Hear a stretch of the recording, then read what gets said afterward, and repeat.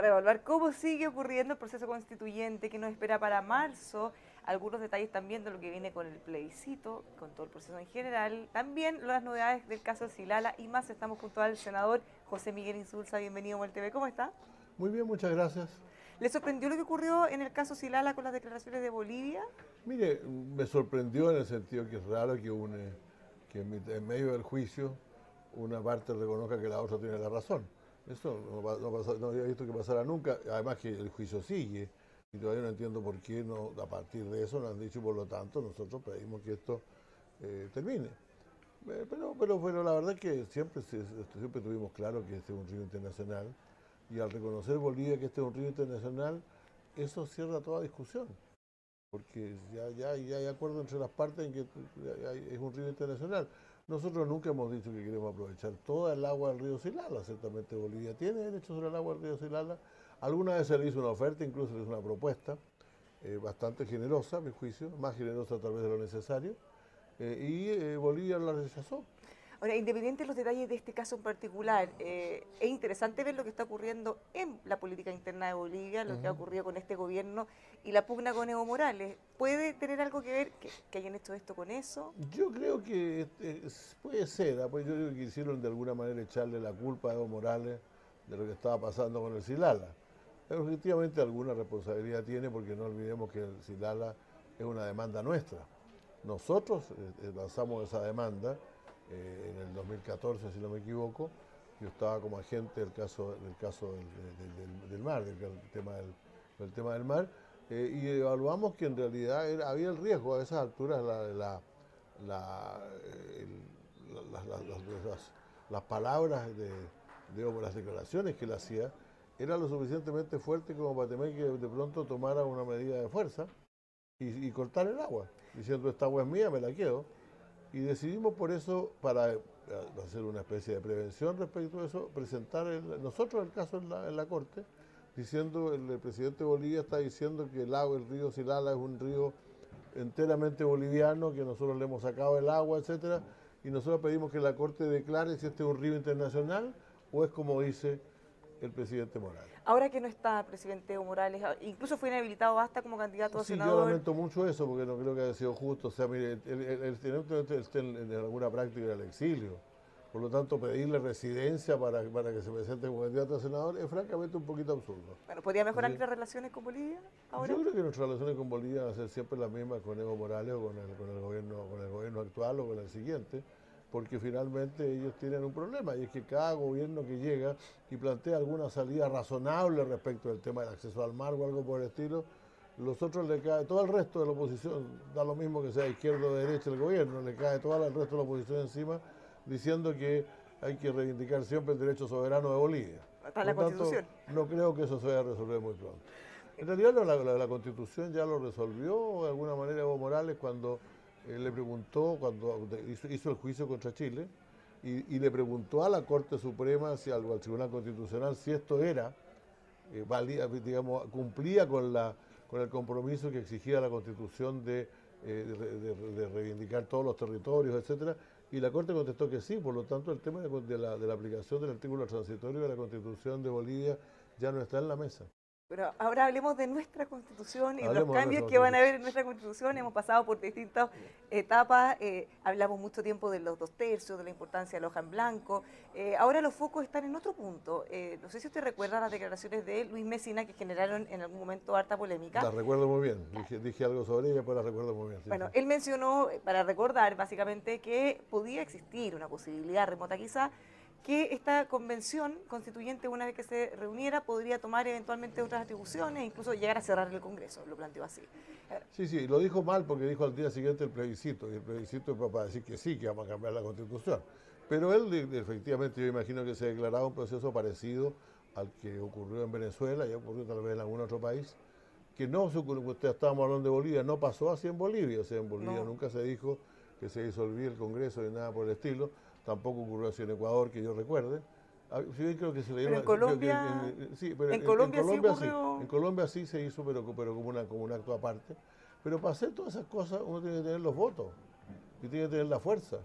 Yo no creo que haya un dos tercios de los chilenos que quieren que se disuelva el Congreso la Asamblea Constituyente que van a formar se constituye en poder único, ni creo tampoco que estemos que eso lo vaya a aceptar los demás poderes del Estado, ni la Corte Suprema de Justicia, y tampoco, por cierto, porque Hugo Chávez, no olvidemos, cuando estableció esa doctrina, cuando se estableció esa norma, Hugo Chávez era presidente, ya era presidente en funciones de Venezuela, tenía el 70 o el 80% del apoyo y tenía el apoyo restricto de las Fuerzas Armadas. Pues.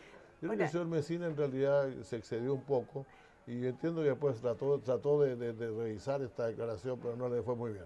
Bueno, pero lo relevante ahora es que el debate se ha llevado al nivel de abogados constitucionalistas, en el sentido de, podría eventualmente ocurrir, una vez elegida en la convención, que ellos se reunieran y que eventualmente pudieran atribuirse poderes constituyentes, en el fondo, por sobre todo los otros estados, y tomar decisiones que no están establecidas en el acuerdo que hizo no puede, porque por la ¿podría ocurrir razón, eso, sí o no? No, porque esta Asamblea Constituyente se hace en virtud de la Constitución que hay, que se le agregó todo un articulado transitorio para hacer precisamente la nueva normativa que permitiera a la Asamblea Constituyente. Claro, una reforma constitucional para esto. Y ese texto dice explícitamente que esta Asamblea es nada más que para escribir una nueva Constitución y que después se disuelve. Entonces, ¿cómo podría pasar a gobernar? Bueno, yo me imagino que en un régimen de fuerza se podría hacer cualquier cosa, pero no creo que nadie esté en condiciones hoy día de establecer en Chile un régimen de fuerza. Pues. El régimen de fuerza pasa cosas raras, de pronto un presidente dice que, como lo hizo Nicolás Maduro, dice que la Asamblea Nacional ya no vale y ahora vale una Asamblea Constituyente que la nombró entera él. Eso se puede hacer cuando uno tiene la fuerza, claro, pero no creo que nadie tenga la fuerza para hacer una cosa así. Ahora, es complejo que se dé este debate en medio de tanto nervio, tantas campañas del terror quizás de lado y lado, porque si estamos planteando que existe un riesgo que pudiera ocurrir una cosa así, la gente se puede asustar también, ¿o no? Bueno, pero para eso se hace, bueno. Para asustar a la gente. Ahora, ¿para qué lo hace Mesina? No sé. Pues hay quien dice que Mesina, Hugo Gutiérrez y algunos otros son los principales, son el mejor comando que podría tener el rechazo, ¿no? Pero este debate, nadie comprende, nadie entiende las razones para que digan semejante lecera. En este debate que yo le comento, el abogado Fernando Atria, que plantea la posibilidad en una conversación con Alfredo Yoñán, están conversando respecto a lo que podría ocurrir o no, entonces le preguntan al abogado Fernando Atria si podría ocurrir que una vez que se establezca el poder pudieran tratar de tomar otros poderes, cosa que él no quiere responder. Y ahí surgió un debate entre los abogados respecto a si se podría o no, y de con qué condiciones. Claro, Fernando Atria tendría el problema que como es considerado un muy buen profesor de Derecho Constitucional, probablemente sus alumnos le pregunten por esto cuando llegue a clase, y tendría que explicar como buen profesor de Derecho Internacional que desde el punto de vista de Derecho Constitucional, que desde el punto de vista constitucional, desde el punto de vista del derecho, no tiene ninguna cabida eso. Ahora, si el político Fernando Atria quiere pensar otra cosa, eso ya es otro problema. Ya quiere decir que yo creo que él cree mucho en se siente muy claro en su rol como profesor de Derecho Constitucional, y ese negativa a responder que usted me narra debe ser más para conciliar con alguna de sus gente que quiere otra cosa. Hay gente que quiere esto, porque también se ha planteado la posibilidad de sincerar debates respecto a sectores que eventualmente no querrían que se produzca este proceso, porque sería como cerrar la puerta definitivamente a la posibilidad de una asamblea constituyente en el sentido como se hizo en Venezuela, por ejemplo, con multipoderes, no solo para redactar una constitución. Bueno, yo soy no, pero es que el problema es simple. O sea, en el caso de Venezuela en ningún momento se dijo esto es para gobernar.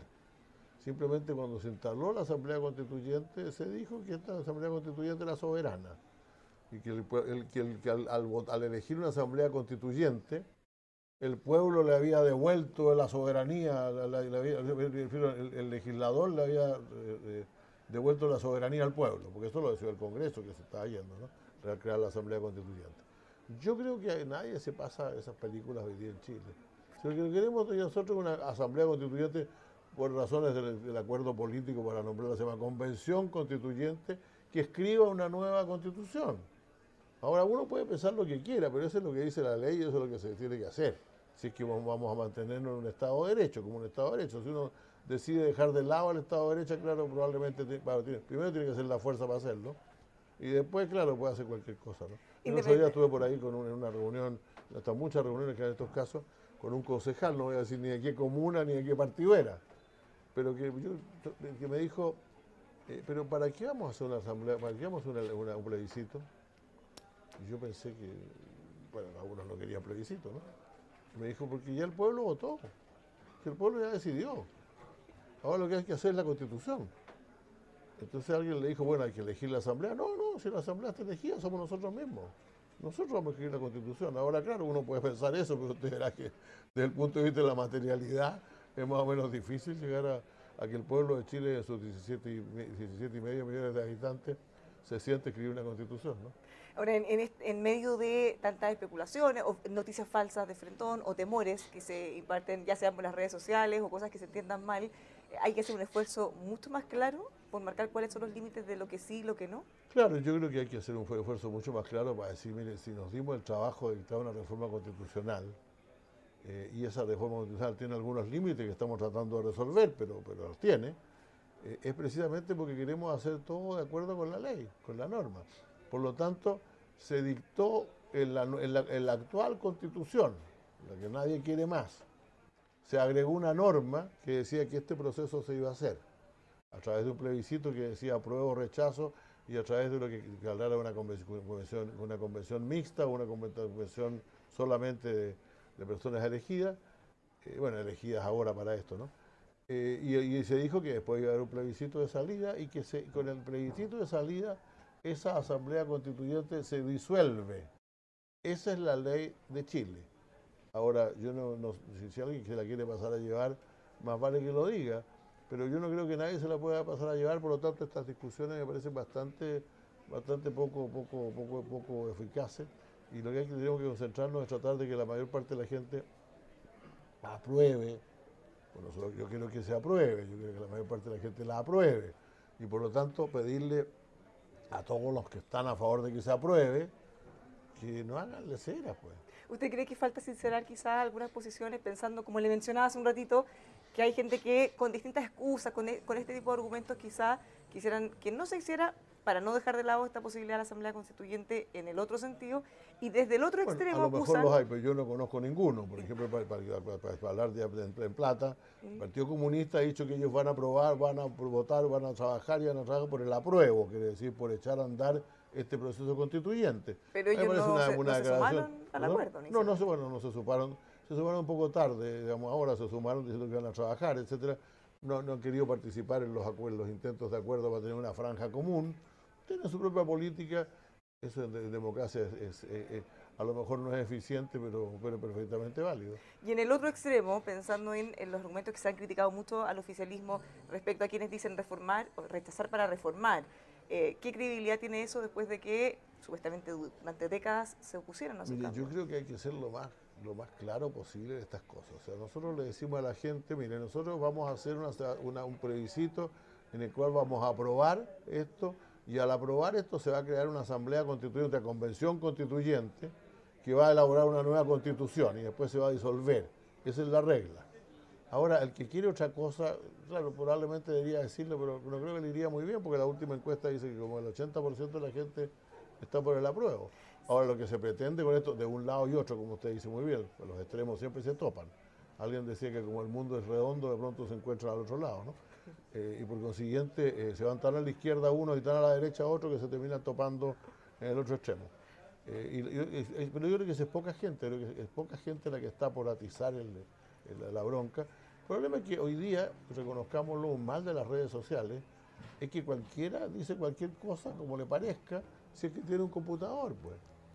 Esa es la realidad. A mí muchas veces me llegan noticias, me llegan comentarios y veo unas noticias de unos sitios que no los lee nadie. Pero en las redes sociales aparecen en el mismo nivel que aparece cualquier órgano de prensa, cualquier sitio conocido. Ese es el sistema hoy día, probablemente muy democrático de comunicarse. Todo el mundo que tiene algo que decir lo puede decir, pero eso no significa que a la hora concreta vaya a tener la fuerza para hacerlo. Si eventualmente se ganara la alternativa de apruebo y eventualmente ganara la convención mixta, ¿a usted le gustaría participar como constituyente? No sé, fíjese, yo la verdad es que, oye, yo le confieso que yo creo haber sido uno de los primeros que habló de una convención mixta hace mucho tiempo atrás. Pero he llegado a la convicción de que precisamente porque yo no creo, lo que yo creo que es difícil es que la Asamblea Constituyente consiga hacer su trabajo en el tiempo necesario. En los 9 meses o 12 Y como meses. todos queremos no darle ninguna prórroga, sino que lo haga, queremos una Asamblea Constituyente de pura gente que trabaje en eso, en la cosa constituyente. Y al mismo tiempo queremos un Congreso que trabaje en dictar leyes, pues el fin de la Constitución, la nueva Constitución no anula todas las leyes que hay. Por lo tanto hay que seguir legislando. Entonces, entonces creo que que es medio incompatible ser constituyente y parlamentario al mismo tiempo. Es difícil. Dicen por ahí que al interior del Congreso estarían súper complicados con esa alternativa, pensando en distintas cosas. Por ejemplo, en tener que compatibilizar con las dos labores, que podría ser muy complejo. Y también en el caso, si llegara a avanzar la paridad, claro, el Congreso se quedaría prácticamente sin mujeres, si tuvieran que irse toda la convención. Es cierto, se quedarían, yo la otra vez saqué la cuenta, no me acuerdo, pero creo que como 9 mujeres que quedarían, bueno, no. En realidad es que el problema es que la alternativa mixta está planteada en el sentido de que parte del Congreso participe. ¿Usted cree Pero que no dice que el Congreso se paralice por eso.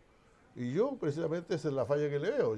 Usted comprenderá que yo no soy de aquellos que creen que los parlamentarios no tendrían derecho a estar, porque la verdad es que nosotros somos tan elegidos como el pueblo y no hace mucho, ¿no? Somos tan elegidos no hace mucho, hace 2 años algunos de nosotros. Entonces yo creo que teníamos perfecto derecho a participar, pero creo que sería inconveniente, no sería funcional para el proceso. ¿Cree que se arrepintieron de crear esa alternativa? Porque va a tener hartos problemas prácticos. No, yo creo que tú vas a tener problemas prácticos. Y ahora hay mucha gente que considera con justicia que por qué se han sido elegidos todos estos diputados y senadores no van a poder participar. Si el problema es que si participan la actividad legislativa, la actividad del Congreso, que dicho sea de paso, es la única institución del Estado que es propia solamente de la democracia. Usted comprenderá que las dictaduras, las monarquías no necesitan mucho Congreso, pues, si gobierna por su cuenta. Lo que es característico de la democracia del Congreso, y es bueno para el país que mientras se elabora una nueva Asamblea Constituyente siga funcionando el Congreso Nacional. Sobre todo en marzo se ha planteado que hay muchos proyectos que se necesita que salgan lo más rápido posible. ¿Cómo ve usted, cómo ve el tema de la violencia también? Hoy día el presidente Piñera hizo unas declaraciones, dice que a propósito de un ataque nuevo al metro de ayer, que llegó la hora de unir nuestras fuerzas sin ambigüedad contra la violencia. Usted ha señalado algunas cosas que van en esa misma línea. Han habido varias opiniones. No tengo ninguna ambigüedad respecto a la violencia y he sido muy criticado, por ejemplo, por la ley antisaqueos, ¿no? Que convenientemente le pusieron antibarricada, pero es antisaqueos en realidad.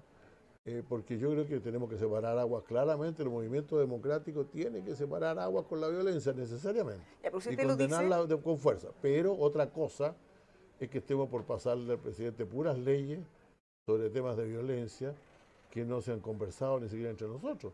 Eso nos creó muchos problemas en estos últimos 2 años. Nosotros teníamos una agenda, una agenda de una hoja de ruta con el gobierno, con el Ministerio del Interior, y ahí no aparecía ni la aula segura, ni la de la detención, ¿cómo se llama?, ni la revisión de identidad, ni ninguna de esas cosas. Todas estas cosas las inventa el presidente, probablemente porque se indigna mucho por las cosas cuando pasa alguna cosa de violencia. También inventó el gobierno sin ninguna consulta esto de que las Fuerzas Armadas pudieran adoptar medidas, adoptar un cierto rol en materia de seguridad pública, en lo cual nosotros no estamos de acuerdo. Entonces, mi consejo al presidente sería, mire, usted no necesita ninguna autorización constitucional ni legal para llamar a las Fuerzas Armadas si considera que están en peligro la seguridad interna del país. Usted puede decretar un estado de emergencia. Quédese con eso y no siga mandando leyes que lo único que hacen es evitar que el Congreso legisle sobre las pensiones, legisle sobre el salario único, el salario mínimo, todas esas cosas. ¿Usted ¿no? cree que al hacer o al seguir esa estrategia lo que está buscando es compartir, ya sea las responsabilidades, como también generar un apoyo, y ya no sea una decisión como del presidente, sino que de toda la clase política? No, yo creo que lo que ocurre, lo que pasa cuando se trata de concentrar toda la actividad legislativa en cuestiones de violencia o en cuestiones de seguridad, lo que se le está diciendo a la gente, mire, este es el problema fundamental, no hay ningún otro. Yo creo que es un problema fundamental, pero creo que al mismo tiempo el tema de las pensiones no puede esperar más, el tema de la salud no puede seguir esperando, el tema del salario mínimo no puede seguir esperando, es lo que la gente que se movilizó a partir del 18 de octubre está pidiendo. Resolvamos eso y con eso probablemente aislemos más a los violentistas que no son tantos. Ya, pero en ese mientras tanto, siguen habiendo casos de violencia que ha costado mucho contener. Desgraciadamente, pues si nosotros, yo creo que se ha abierto la puerta a una violencia, bueno, había preocupación por la delincuencia, había preocupación por los portonazos, había preocupación por otra cantidad de cosas, etcétera. Pero hoy día, por lo que hay preocupación más bien es que, mire, el otro día mucha gente me preguntó a mí, ¿y por qué esto recrudeció la violencia hoy día? ¿Por qué se iban a tirar piedras de nuevo? ¿Por qué? Bueno, porque era 18, pues entonces ellos quieren celebrar a su manera el 18. El 18, recuerdo el 18 de octubre. 18 de octubre, claro. Entonces, claro, ahora eso va a seguir pasando, va a seguir ocurriendo. Pues las barras bravas ya tan bravas están que ya no dejan jugar a su equipo, pues. O sea, el equipo con el nombre del cual fueron formadas ya no lo dejan jugar, por lo menos algunos sectores. ¿O qué tiene que pasar o qué tiene que ocurrir para que se pueda mire, controlar? Bueno, yo siempre he pensado lo mismo que he escuchado muchas veces en países europeos que enfrentaron algunos de estos problemas. La violencia se combate con más democracia, se combate con una mejor democracia. Yo no creo que se combata solamente, ahora hay que compartirlo, por cierto, también con una mejor policía, por cierto. Si esta crisis pescó a Carabineros en un momento muy difícil, yo creo que en el peor momento de su historia. Creo que nunca tuvo Carabineros un momento peor en su historia que aquel que tenía cuando estalló la crisis. Tenía encima el famoso Paco Gates, con los problemas de corrupción, tenía encima la operación Huracán, que es una cuestión completamente ilegítima y además un invento, en que los que no van presos por participantes del invento se tuvieron que ir por ignorantes, o sea, o por inocentes, ¿no? Porque les vendieron un cuento completamente falso. Y después el caso Cachillanca. Entonces, todas esas cosas, incompetencia, violencia policial, corrupción, le cayeron encima juntas a Carabineros. Por eso que nosotros, yo he estado 2 años en esto, junto con otros senadores, y una comisión que presidió el senador Felipe Arboe, hicimos un plan, una propuesta, que es una primera propuesta para empezar a discutirla. Y yo espero que el gobierno, con el ministro del Interior, que nos ha dicho eso, se junte con nosotros a discutir la propuesta, a ver si la podemos sacar. Porque es una reforma real de Carabineros, ¿no? Usted hace un momento dice que nunca ha combatido o repudiado con ambigüedad la violencia, pero usted cuando hizo una carta hace unos días, sí da a entender que hay gente que lo ha hecho o que no lo ha hecho con la fuerza suficiente. ¿Dónde está el problema entonces, la violencia en la oposición? El problema es cuando hay gente que encuentra que por el hecho de criticar la violencia, uno está yendo en contra del cambio que el país necesita. Porque eso son manifestaciones. Yo no creo eso, yo creo que yo por lo menos he estado en todas la discusión de las normativas sobre que se están planteando. Creo incluso que probablemente algunas se queden por detrás de lo que sería necesario, pero al mismo tiempo he condenado siempre absolutamente la violencia, porque creo que mire, yo no creo que ninguna de esas personas que están haciendo las cosas que hacen sienta que está haciendo la revolución social. Ellos están, hay un fenómeno de violencia autónoma en la sociedad que se refleja en todo, se refleja en esta actividad, se refleja en la televisión. Yo he puesto un ejemplo que me parece señero. Todo el mundo ve, nosotros mismos, amigos míos, ven con gran entusiasmo una serie española que se llama La Casa de Papel. Yo no sé si usted la vi. Empezaron como ladrones y ahora son héroes de la patria, héroes de la sociedad, héroes del pueblo, en un país que se deshizo de la ETA hace menos de una década. Y sin embargo, una admiración tremenda por la violencia, encuentro una cosa prácticamente desusada. Pero eso ocurre en las redes sociales, ocurre en la televisión, ocurre en todas partes, pero no le demos, por favor, no le demos contenido político. ¿Con la primera línea? ¿En el símil? Yo no sé, como no conozco a nadie en la primera línea, no puedo prejuzgar sobre sus intenciones, pero hay por ahí una encuesta que muestra que en realidad la primera línea, en realidad varios de ellos son las barras bravas con otro nombre, ¿no? Así como usted dice que el repudio, la violencia es muy importante, ¿usted cree que hay una diferencia entre repudiar, que prácticamente lo han hecho todos, con los hechos o los actos, cómo actúan o cómo reaccionan frente a las medidas que se toman para la violencia? Porque una cosa es condenar el acto, pero cuando se trata de reprimir... Cuando usted cree que se está tomando una medida que es puramente represiva y no va a producir ningún efecto, como pararse, mire, en Arica funciona la revisión de control de identidad, ¿no? En mi región, control, funciona. Pero lo hacen en la plaza Vicuña Maquena, en el centro, pues. Mientras que los problemas están en los barrios, están en los sectores, y con eso resta Carabineros de hacer controles y de hacer otras cosas en las zonas más violentas de la ciudad. ¿Le ha faltado entonces ser más propositivo quizás? Porque mucha gente los critica de verlo siempre condenando todas las acciones, presentando acusaciones constitucionales, interpelaciones, más que proponiendo la forma en cómo debería No, abordarse. nosotros hemos hecho montones de proposiciones y yo ni siquiera voy a levantar aquí y decir yo le he hecho montones. No, Felipe Arboe, que fue al que mal tiene mucha más experiencia en materia de seguridad pública, les ha hecho montones de propuestas, cada vez que es necesario, cada vez que es posible. Pero ellos, naturalmente, si el gobierno no somos nosotros somos parlamentarios nomás. Pues. ¿Qué le pareció las opiniones de Enrique Correa, que iban muy alineadas con lo Mire, suyo? creo que han sido interpretadas en un contexto equivocado. O sea, él lo que estaba entregando Enrique Correa era un memorándum a la gente que estaba interesada por los temas digamos, de cómo avanzar la economía nacional en medio de todo esto, ¿no? Y me pareció muy adecuada en general. Yo lo comparto muchísimo. Finalmente. Yo creo que ciertamente hay un tema del cual no hemos hablado, que es el tema de la economía del país. Ojo, porque no vaya a ser que después que despertemos del gran sueño, de la gran expectativa en que hemos estado, y tengamos la Asamblea Constituyente y otra serie de cosas más, y las reformas sociales, y tengamos la economía en el suelo, pues. Eso sería muy peligroso también, hay que preocuparse de eso. Va a tener que volver a hablar de eso porque ya se nos acabó el tiempo. De todas maneras lo volvemos Bueno, a muchas invitar. gracias, pues. ¿Qué le parece, ahora sí finalmente, el proyecto que busca limitar la reelección de los senadores? ¿Usted ha pensado qué va a hacer al Yo al respecto? principio creo que es complicado cambiarle las reglas del juego a la gente. Yo estoy de acuerdo, no tengo problemas, hay que hacerlo. A mí en general creo que la gente debería siempre, y aquí me refiero tanto al lugar donde viven, al género, a todo lo que se quiera, deberían elegir a quien quiera.